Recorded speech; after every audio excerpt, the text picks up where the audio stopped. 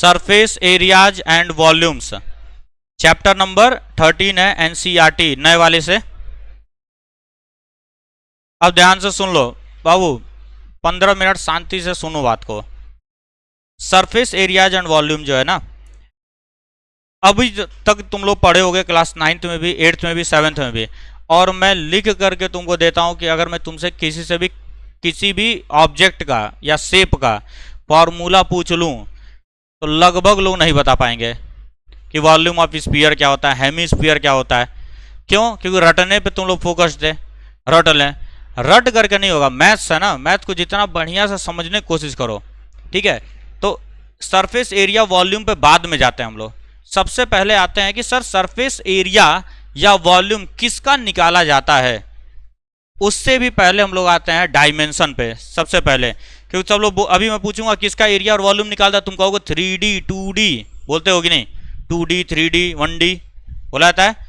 तो उसमें पहले डी के बारे में पढ़ लेते हैं। डी जो होता है हमारा क्या होता है, डायमेंशन बोलते हैं हम उसको। क्या बोलते हैं? डायमेंशन। अब देखो डायमेंशन क्या होता है हमारा। डायमेंशन का मतलब होता है मेजरमेंट ऑफ अ साइड, ठीक है, एक किसी भी साइड का, ठीक, measurement in a specific direction या measurement of any length in a specific direction. किसी भी फिगर में, कोई भी फिगर तुमको बना के दिया गया हो, चाहे वो ओपन फिगर हो चाहे वो क्लोज फिगर हो। ओपन फिगर का मतलब क्या होता है, 2D फिगर। जैसे सर्किल वगैरह पढ़ के आए होगे बचपन से, सर्किल वगैरह पढ़ोगे, उसको हम लोग क्या बोलते हैं, ओपन फिगर बोलते हैं। क्या बोलते हैं उसको? Open figure. और एक होता है हमारा क्लोज्ड। क्लोज्ड का मतलब क्या होता है, बंद, मतलब 3D, ठीक है। तो डायमेंशन का मतलब क्या होता है, मेजरमेंट ऑफ कोई भी ऑब्जेक्ट है, ऑब्जेक्ट्स साइज, ठीक है, इन अ स्पेसिफिक डायरेक्शन। ये सबसे इंपॉर्टेंट है, इन अ स्पेसिफिक डायरेक्शन, किसी एक पर्टिकुलर डायरेक्शन में मेजरमेंट ऑफ साइज या लेंथ, उसी को हम लोग क्या बोलते हैं, डायमेंशन बोला जाता है। सबसे इंपॉर्टेंट क्या है यहाँ पे, एक स्पेसिफिक डायरेक्शन में। मैथ में क्या लिख रही हो, इधर ध्यान दो लो। मैथ्स में हमारे पास कितने डायरेक्शंस होते हैं? जियोग्राफिक डायरेक्शन कितने हैं? जियोग्राफिक डायरेक्शन 4 हैं, नॉर्थ साउथ ईस्ट वेस्ट। और मैंने तुमको बताया भी था कि एक्स एक्सिस, वाई एक्सिस और जेड एक्सिस क्यों बनाया गया था। अरे हम नॉर्थ ईस्ट वेस्ट साउथ से काम चला लेते, लेकिन हम लोग एक्स वाई जेड क्यों बनाया गया, जब कोऑर्डिनेट पढ़ाया जाएगा, रिवाइज कराऊंगा तो फिर बता दूंगा, अभी यहाँ नहीं टाइम वेस्ट करेंगे, सही है। तो किसी भी एक स्पेसिफिक डायरेक्शन में, और हमारे पास सर 3 डायरेक्शंस होते हैं, हमारे पास 3 डायरेक्शंस होते हैं मैथ्स में। एक होता है एक्स डायरेक्शन, एक होता है वाई डायरेक्शन और एक होता है जेड डायरेक्शन। मैथ्स में हम ये 3 डायरेक्शंस के बारे में पढ़ते हैं, ठीक है। अगर मान लो किसी भी ऑब्जेक्ट का तुम मेजरमेंट कर रहे हो, किसी भी ऑब्जेक्ट का तुम मेजरमेंट कर रहे हो साइज का, ठीक है, और अगर सिर्फ एक ही डायरेक्शन में चल रहे हो तुम, तो उस ऑब्जेक्ट को क्या बोलते हैं हम, 1D बोलते हैं।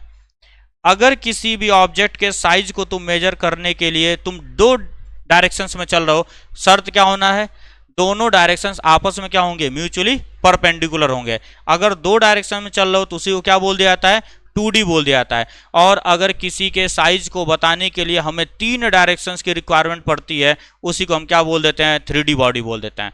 बात समझ में आया? 1D 2D 3D, 1D 2D 3D। तो मैं डायमेंशंस को फिर क्लासिफाई करता हूं किसमें, 4 पार्ट्स में क्लासिफाई होता है। बालक ध्यान से सुनना। पहला होता है 0D, ठीक है, 0D, 1D, 2D and 3D। 0D का मतलब क्या हुआ, मैं किसी भी डायरेक्शन में नहीं गया, 0 डायरेक्शंस। डायमेंशन को तुम ऐसे भी समझ सकते हो कि कितने डायरेक्शन में जा रहे हैं हम, कितने डायरेक्शन में, 0 डायरेक्शन में जाना है सर, कहीं नहीं जाना है, मैं जहां बैठा हूं वहीं बैठा रहूंगा। मतलब एक पॉइंट कहां होता है हमारा, 0D में होता है, 0 डायमेंशन में होता है। पढ़ते नहीं है इसको, अबे जब है ही नहीं कुछ तो क्या पढ़ोगे, जब वो दिख ही नहीं रहा है, जब कहीं जाना ही नहीं है तो उसके बारे में पढ़ने की कोई आवश्यकता नहीं। बट क्लासिफिकेशन करते हैं हम लोग। 0D का मतलब क्या हो गया, एक पॉइंट जिसमें मैं किसी भी डायरेक्शन में नहीं जाऊंगा, पॉइंट। सही है। 1D का मतलब क्या हुआ सर, किसी के भी मेजरमेंट में अगर मैं एक डायरेक्शन में जा रहा हूं, वन स्पेसिफिक डायरेक्शन की हेल्प से मैं किसी भी ऑब्जेक्ट के मेजरमेंट को बता पा रहा हूं, रिप्रेजेंट कर पा रहा हूं, उसको हम क्या बोलते हैं, 1D बोलते हैं। ठीक है, मतलब यहां पर होता है one specific direction. One specific direction की हेल्प से मैं किसी के भी मेजरमेंट को, साइज को रिप्रेजेंट कर पा रहा हूं। इसका एग्जाम्पल क्या हो जाएगा सर, एक लाइन। क्या होगा, लाइन होगा। बात समझ आ रहा है। अब यहीं पर ध्यान से समझते चलना, लाइन के बारे में बात करते हैं। सर लाइन दिखने में कैसा होता है, यह है कि नहीं है लाइन, क्या एक डायरेक्शन में चलोगे आराम से इसके मेजरमेंट को बता सकते हो भाई? अगर तुम यहां पर बैठे हो, मैं तुमसे बोलूं ये वाला पॉइंट कितनी दूरी पर है, तो यहां से इंच टेप लेकर यहां तक चलोगे कि नहीं चलोगे? इंच टेप लेकर के यहां से यहां तक चले, तुमने डिस्टेंस को मेजर कर लिया, क्या तुम एक सिंगल डायरेक्शन में चल रहे हो कि नहीं चल रहे हो? एक सिंगल डायरेक्शन में चल रहे हैं। और सर सिंगल डायरेक्शन में चल रहे हैं मतलब एक डायरेक्शन में चलना है, एक स्पेसिफिक डायरेक्शन में, और मेजरमेंट कर रहे हैं हम ऑब्जेक्ट के साइज को या लेंथ को। लेंथ का यूनिट क्या होता है सर, मीटर होता है कि नहीं, मीटर। मतलब 1D में लेंथ की मैक्सिमम डिग्री कितनी हो सकती है, 1 हो सकती है, उससे ऊपर वो मेजर नहीं कर पाएगा। जैसे अगर मान लो तुम्हारे पास 100 रुपया है, सपोज करो तुम्हारे पास 100 रुपीज है, मैंने तुमसे बोला क्या तुम्हारे पास 50 रुपया है, तुम हाँ बोलोगे, हाँ सर है। अरे भाई जब तुम्हारे पास 100 रुपया है तो 50 भी होगा ही तुम्हारे पास। मैंने तुमसे कहा 90 रुपया है तुम्हारे पास, हाँ सर है। उसके अंडर, 100 के अंडर जितना भी अमाउंट होगा वो तुम्हारे पास अवेलेबल है कि नहीं है? मैंने तुमसे पूछा 105 रुपया है तुम्हारे पास, तो तुम क्या बोलोगे, नहीं सर नहीं है। क्यों? क्योंकि 100 से ऊपर चला गया कि नहीं, बात को समझना है। तो इस डिग्री m की पावर 1, m की पावर m1 के से नीचे जितनी भी पॉसिबिलिटीज होंगी वही यहां पर क्या करते हैं हम, कंसिडर करते हैं। 1 m की पावर 1 से नीचे जितने भी पैरामीटर्स होंगे वही तुम यहां पर निकाल सकते हो, उसके ऊपर का पैरामीटर नहीं निकाला जा सकता है। इसीलिए लाइन का तुम एरिया नहीं पढ़ते हो। क्यों? एरिया का मतलब क्या होता है, 2D का मतलब हुआ टू स्पेसिफिक डायरेक्शन। यहीं पे एरिया को समझा रहा हूं, टू स्पेसिफिक डायरेक्शन मतलब दो डायरेक्शन है तो m इंटू एम हो जाएगा, तो क्या हो गया, ये मीटर स्क्वायर हुआ कि नहीं हुआ? इसी वजह से सर 2D में एरिया क्यों आता है अभी समझ रहे हम लोग। यहां पर हमारा आता है एक प्लेन, क्या बोलते हैं हम, प्लेन। मतलब किसी भी चीज को समझाने के लिए, किसी भी चीज के साइज को समझाने के लिए मुझे दो डायरेक्शंस में अगर चलना पड़ रहा है तो उसे हम 2D बोलेंगे। जैसे किसी और का किताब लिया जाएगा तो मान लो दिक्कत करेंगे सब ना, अपने पे दिखाते हैं। मान लो ये क्या है, एक पेज है, प्लेन का मतलब बस एक पेज है, बस याद रखो। अब इस किसी भी पॉइंट पर पहुंचना है, मान लो यहाँ पे एक पॉइंट मैंने मार्क किया है, इस पॉइंट पर तुमको पहुंचना है, इस ब्लैक वाले पॉइंट पर अगर तुमको पहुंचना है और तुम यहां से चल रहे हो, ध्यान से सुनना मेरी बात को, यहां से चल रहे हो, क्या दो डायरेक्शन स्पेसिफाई है, एक ये डायरेक्शन जिसको तुम y बोल दो और एक ये नीचे डायरेक्शन जा रहा है जिसको मैं x बोल देता हूं। क्या ये दोनों म्यूचुअली परपेंडिकुलर है कि नहीं है? ध्यान से सुन लो, जो भी ये स्पेसिफिक डायरेक्शन की बात होती है या आपस में क्या होने चाहिए, म्यूचुअली परपेंडिकुलर होने चाहिए। सर इस पॉइंट पर पहुंचने के लिए, इस पॉइंट पर पहुंचने के लिए तुम क्या पहले इधर चलोगे फिर इधर चलोगे कि नहीं? क्या दो डायरेक्शन की सहायता लग रही है कि नहीं लग रही है? दो डायरेक्शन की सहायता लग रही है, यहां से इधर चले फिर यहां से ऊपर चले, क्या दो डायरेक्शन की सहायता लग रही है हमको? दो डायरेक्शन से लग रहा है। और ये क्या है, एक प्लेन है, क्या मैं एक एरिया को कवर कर रहा हूं कि नहीं? एक एरिया कवर हो रहा है सर यहाँ पे, दो डायमेंशन, बस ऐसे समझ लो ना, तुम छोड़ो सब, ये लाइन और ये लाइन, इस लाइन और इस लाइन के बीच में आ रहा है कि नहीं ये पूरा, क्या ये घिरा हुआ है कि नहीं है? इस लाइन और इस लाइन के बीच में ये सारा सारा घिरा हुआ है, तो ये हमारा क्या हो गया, प्लेन है। और ये क्या कवर कर रहा है, हमारा एक एरिया बना रहा है। क्या बना रहा है? एरिया बना रहा है। ध्यान से सुनना, अब सर प्लेन में क्या आएगा, हमारा एरिया आ जाएगा। प्लेन में क्या आ जाएगा, एरिया। और मैक्सिमम है, एरिया की यूनिट क्या हो जाएगी, मीटर स्क्वायर। क्यों? क्योंकि दो प्लेन की रिक्वायरमेंट पड़ रही है हमारी। अभी मैंने बोला तुम्हारे पास 100 रुपया है, तो क्या तुम उसके नीचे का भी पैसा तुम्हारे पास होगा कि नहीं होगा? होगा ना। तो m के पावर 2 मैक्सिमम यहां तक वो मेजर कर सकता है, इससे नीचे m की पावर 1 मेजर कर सकता है। ये m की पावर 1 का मतलब क्या हुआ, लेंथ। लेंथ को ही हम लोग क्या बोल देते हैं, पेरीमीटर या सरकमफेरेंस। m अरे सिर्फ लेंथ, तुमको सिर्फ इसका लंबाई नापना है तो पेरीमीटर ही बोला जाएगा ना इसको। पेरीमीटर बोलो चाहे सरकमफेरेंस बोलो, उसका डिग्री कितना है, 1 है। एम स्क्वायर है तो उसके नीचे वाला मेजर कर सकता है, लेकिन क्या आप किसी भी प्लेन में तुम वॉल्यूम मेजर कर पाओगे? क्या तुम किसी भी प्लेन में वॉल्यूम मेजर कर सकते हो? रेक्टेंगल का वॉल्यूम पढ़े हो क्या कभी? सर्किल का वॉल्यूम पढ़े हो क्या कभी? ट्राइंगल का वॉल्यूम कभी पढ़े हो क्या तुम? क्यों नहीं पढ़े? क्योंकि सर मैक्सिमम डिग्री 2 है इसकी। 100 रुपये है मेरे पास तो 105 कहाँ से आएगा? मीटर क्यूब कहाँ से आ पाएगा? मीटर स्क्वायर मेजर कर सकता है, मीटर की पावर 1 मेजर कर सकता है, मीटर की पावर 0 मेजर कर सकता है, लेकिन मीटर स्क्वायर से ऊपर मेजर नहीं कर पाएगा। इसीलिए हम लोग जो भी प्लेनर ऑब्जेक्ट्स होते हैं, जो भी प्लेनर ऑब्जेक्ट्स होता है, चाहे रेक्टेंगल की बात करो, चाहे सर्किल की बात करो, चाहे स्क्वायर की बात करो, वहां पर हम लोग एरिया निकाल लेते हैं और पेरीमीटर भी निकाल सकते हैं हम लोग। पेरीमीटर का मतलब और कुछ नहीं, लेंथ ही है। बाउंड्री को बनाने में कितना यूज किया गया है आगे पढ़ेंगे अभी हम लोग, पेरीमीटर क्या होता है ये सब आराम से बात किया जाएगा। यह है नहीं तुम्हारे सिलेबस में, लेकिन पहले पता हो तभी तो आगे बढ़ पाया जाएगा। 3D का मतलब क्या हुआ सर? 3 स्पेसिफिक डायरेक्शन, और तीनों डायरेक्शन आपस में क्या होने चाहिए? म्यूचुअली परपेंडिकुलर होने चाहिए। 3 स्पेसिफिक डायरेक्शन, 3 स्पेसिफिक डायरेक्शन मतलब m into M into M कितना? Metre cube. इसका हाईएस्ट डिग्री हुआ कि नहीं हुआ? हाईएस्ट डिग्री इसका मीटर क्यूब हो गया। अब इसका मतलब क्या हो गया? इसका मतलब ये प्लेन था, इसका मतलब होगा ऑल रियल ऑब्जेक्ट्स। जितने भी रियल ऑब्जेक्ट्स होते हैं वो सारे के सारे क्या होते हैं? हमारे 3D होते हैं। रियल ऑब्जेक्ट्स हमारे 3D होंगे।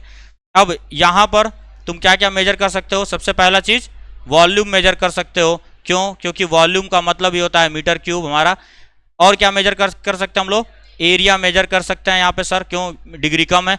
और सर यहाँ पर भी हम पेरीमीटर को मेजर कर सकते हैं, पेरीमीटर भी मेजर किया जा सकता है।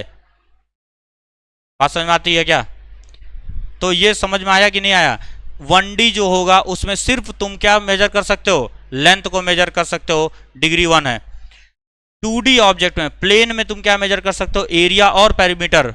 सर्कुलर हो जाएगा तो सर्कमफेरेंस नाम दे देते हैं हम लोग। 3D में तुम क्या क्या मेजर कर सकते हो? वॉल्यूम, एरिया और पेरीमीटर को। इन तीनों चीजों को मेजर किया जा सकता है। बात समझ में आ गई है कि नहीं आ रही है? सही है। अब हमारा जो चैप्टर है, और एक चीज और याद रखना, metre into metre into metre, metre cube है कि नहीं है? अब सर इस मीटर इंटू मीटर को मैं एरिया बोल सकता हूं कि नहीं? इस मीटर इंटू मीटर को, अरे है ना यहाँ पे, मैं इसको एरिया ही बोल सकता हूं। तो sir volume is nothing but area multiplied by perpendicular distance. Height बोल सकते हैं कि नहीं? एरिया इंटू हाइट बोला जा सकता है। एरिया इंटू हाइट मतलब एरिया जिस भी प्लेन में होगा, एरिया जिस भी प्लेन में होगा उसके परपेंडिकुलर लेंथ अगर तुम बढ़ा देते हो तो उसको हम लोग क्या बोलेंगे? फिर वॉल्यूम बोलते हैं। ठीक है, और अच्छे से समझ में आएगा। देखो मान लो एक मैंने दीवार दिया है तुमको। सबसे पहले 3 वर्ड्स को समझो। 3 वर्ड्स होते हैं हमारे पास। एक होता है फेंसिंग, फेंसिंग। एक होता है प्लफिंग। ये 2 वर्ड्स हैं हमारे पास। और चलो इन 2 वर्ड को समझो पहले। फेंसिंग का मतलब क्या होता है? फेंसिंग का मतलब तार लगाना। बाउंड्री के ऊपर देखा होगा तुमने, या कभी खेत वगैरह में देखा होगा, लोग क्या करते हैं, जो बाउंड्री होती है उनके खेत की, उस पर क्या करते हैं? तार लगा देते हैं, ताकि बाहरी जो भी एनिमल्स हैं वो ना आ पाए, या बाहर से कोई अंदर ना आ सके। इसके लगाया जाता है कि नहीं? तो फेंसिंग कहाँ लगाते हो बाबू? बाउंड्री पर लगाया जाता है कि नहीं? बाउंड्री पर लगाया जाता है कि नहीं? क्या सिर्फ दीवार दीवार चल के तुम लगा रहे हो? एक समय में क्या तुम एक ही डायरेक्शन में चलते हो कि नहीं? अबे तार लेकर के ऐसे ही चलोगे, यहाँ चले फिर इधर से घूमे, इधर दीवार पर आए, फिर इधर से घूमे, इधर दीवार पर चले गए, ऐसे ही चलते हैं कि नहीं? At one time, at a single time क्या तुम एक स्पेसिफिक डायरेक्शन में चलते हो कि नहीं चलते हो? इसका मतलब वो 1D है कि नहीं है? 1D है, इसका मतलब तुम लेंथ निकाल सकते हो। डेट मीन्स फेंसिंग में हम लोग क्या निकालते हैं सर? पेरीमीटर पे किया जाता है ये काम। समझना है बस, क्वेश्चन को बस समझना है, रटना नहीं है कि वॉल्यूम पूछ लिया तो लगे वहां चिल्लाने। अब देखो प्लफिंग हो गया या फिर पेंटिंग हो गया। प्लफिंग हो गया या पेंटिंग हो गया, अलग अलग समझते हैं इसको। प्लफिंग, प्लफिंग का मतलब क्या हो गया? खेत को जोतने के लिए ट्रैक्टर लेके चलाते हैं हम लोग खेत में। खेत में ट्रैक्टर को लेके जाते हैं तो क्या वो लाइने लाइन चलता है? कैसा? ऐसा नहीं घूमता है, मतलब पूरे फील्ड में जाता है कि नहीं जाता है? क्या कभी देखे हो खेत में ट्रैक्टर बुलाए खेत में और खाली बाउंड्री बाउंड्री कोड करके चला गया घर, ऐसा तो नहीं करता है। वो क्या करता है, पूरे खेत को लेके जाता है कि नहीं। अब उसको समझने के लिए अब ट्रैक्टर नहीं बुला पाऊंगा, पेंट वाले समझा रहा हूँ। पेंट, मान लो इसी व्हाइट बोर्ड को तुमको पेंट करना था, दीवार समझ लेते हैं इसको हम। तो ब्रश कैसे चलेगा पेंट का, ऐसे चलेगा, एक डायरेक्शन हुआ कि नहीं हुआ, और जस्ट इसके म्यूचुअली परपेंडिकुलर ऐसे हो गया। अब तुम कहोगे सर ऐसे चला रहा है वो, मान लो कोई ऐसे चला रहा है इस डायरेक्शन में, कोई अगर इस डायरेक्शन में चला रहा है, तुम कहोगे सर ये भी तो सिंगल डायरेक्शन हुआ। नहीं, क्यों? क्योंकि यहां पे पहले से स्पेसिफिक डायरेक्शन है कि नहीं है, दो म्यूचुअली परपेंडिकुलर डायरेक्शंस अवेलेबल है यहाँ पे। एक तो ये डायरेक्शन अवेलेबल है हमारा, और एक ये डायरेक्शन अवेलेबल है कि नहीं है। और क्या यही दोनों म्यूचुअली परपेंडिकुलर होंगे? क्या यही दोनों म्यूचुअली परपेंडिकुलर है? नहीं। मैं इनफाइनाइट डायरेक्शंस बना सकता हूं कि नहीं यहाँ पे। अरे भाई मान लो मैंने ऐसे एक्सिस मान लिया, शर्त बस एक ही है 90 होना चाहिए। मान लो मैंने ऐसे एक्सिस मान लिया, शर्त एक ही है 90 होना चाहिए। मैंने ऐसे एक्सिस मान लिया, कोई दिक्कत है क्या? शर्त बस एक ही है कि दोनों आपस में म्यूचुअली परपेंडिकुलर होने चाहिए। तुम X axis, Y axis, Z axis कहीं भी इंक्लाइंड कर सकते हो तुम, कोई इसमें अंतर नहीं आने वाला है। बात समझ हमारी कि नहीं? तो सर मैं इस प्लेन पर दो डायरेक्शन स्पेसिफाई कर रहा हूं कि नहीं। भले मैं इस डायरेक्शन में चल रहा हूं, जैसे उस दिन बताया भी था तुम लोग को, एक तो मैंने ये लाइन बनाई और एक लाइन मैंने ये बनाई। ये कौन सा लाइन है, 1D की 2D? 1D है सर, क्योंकि यहाँ आपने कोई डायरेक्शन स्पेसिफाई नहीं किया है, एक ही डायरेक्शन में चल रहे हैं, तो ये 1D हो गया। लेकिन इस वाले पॉइंट पर, इस वाले लाइन के किसी भी पॉइंट पर अगर मैं रहूंगा तो मेरे पास ऑलरेडी दो डायरेक्शन स्पेसिफाई कर दिए गए हैं पहले से ही। तो इसका कोऑर्डिनेट 2,3 4,5 लिखते हो कि नहीं? कभी ऐसे सिंगल एक लाइन बनाए हो तो कभी लिखे हो क्या तुम 2,3 3,4? कभी नहीं लिखे हो तुम, कभी नहीं लिखते हम लोग, सिर्फ एक स्ट्रेट लाइन बनाते हैं। क्यों? क्योंकि यहाँ डायरेक्शन स्पेसिफाई नहीं किया गया। लेकिन यहाँ डायरेक्शन मैंने स्पेसिफाई कर दिया है, एक एक्स है और एक वाई है, और दोनों दिख भी रहा है मुझे, दोनों आपस में परपेंडिकुलर है। डेट मीन्स ये लाइन अब 1D नहीं रहा, ये लाइन क्या हो चुका है, 2D हो चुका है। ये लाइन, ये 2D मोशन को दिखा रहा है, ये 2D में दिखा रहा है चीज़ों को। बात समझ आ रही है? तो प्लफिंग और पेंटिंग, पेंटिंग हो गया चाहे प्लफिंग हो गया, एक डायरेक्शन ये हो गया और एक डायरेक्शन ये हो गया, हमारा दो म्यूचुअली परपेंडिकुलर डायरेक्शंस है हमारे पास। तो प्लफिंग और पेंटिंग ये दोनों कहां पर होता है, एरिया पे किया जाता है या एक प्लेन पे किया जाता है। ठीक है, मान लो इसी रूम में मैंने कहा सामान रखना, मुझे बॉक्सेज है मेरे पास, कई सारे बॉक्सेज हैं, मैं उसको रखना चाह रहा हूं। बॉक्स कहां रखोगे, फ्लोर पे पहले रखेंगे। अब फ्लोर भर गया, मान लो फ्लोर पे जब तक तुम रख रहे हो, और सपोज करो बॉक्स का थिकनेस तो होगा, मान लो जैसे ये पेपर था, पेपर है, प्लेन पेपर है, थिकनेस नहीं है उसके पास, मिनिमम थिकनेस है। अरे एक पन्ने में कितना थिकनेस होता है, नाम मात्र का थिकनेस है नहीं। मैंने बोला इस पूरे फ्लोर पे तुमको पेज को सजा देना है, पूरे फ्लोर पे पेज रख दो। तो वो एरिया कवर कर रहा है कि वॉल्यूम? एरिया कवर कर रहा है सर।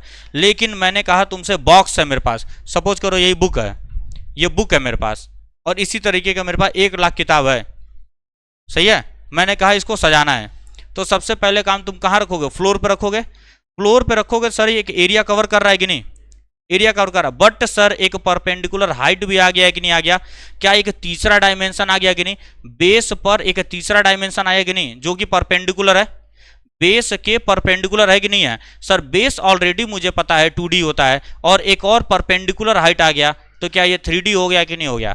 तो जब मैं इसको रूम में सजाना स्टार्ट करूंगा, जब मैं इसको रूम में सजाना स्टार्ट करूंगा, तो ये क्या करेगा, वॉल्यूम ऑक्यूपाई करने वाला है। क्या करेगा, वॉल्यूम ऑक्यूपाई करने वाला है।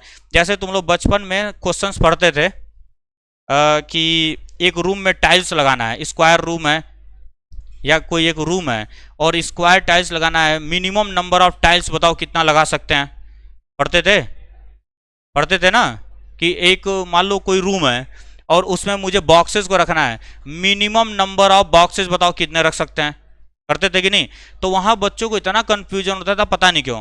अबे भाई मेरे टाइल्स कहाँ लगाओगे, हवा में तो लगाओगे नहीं, जमीन पे लगाओगे। डेट मीन्स वो एरिया कवर कर रहा है कि नहीं कर रहा है। तो क्या करोगे तुम, टोटल एरिया निकालो और डिवाइड बाई 1 का एरिया कर दो।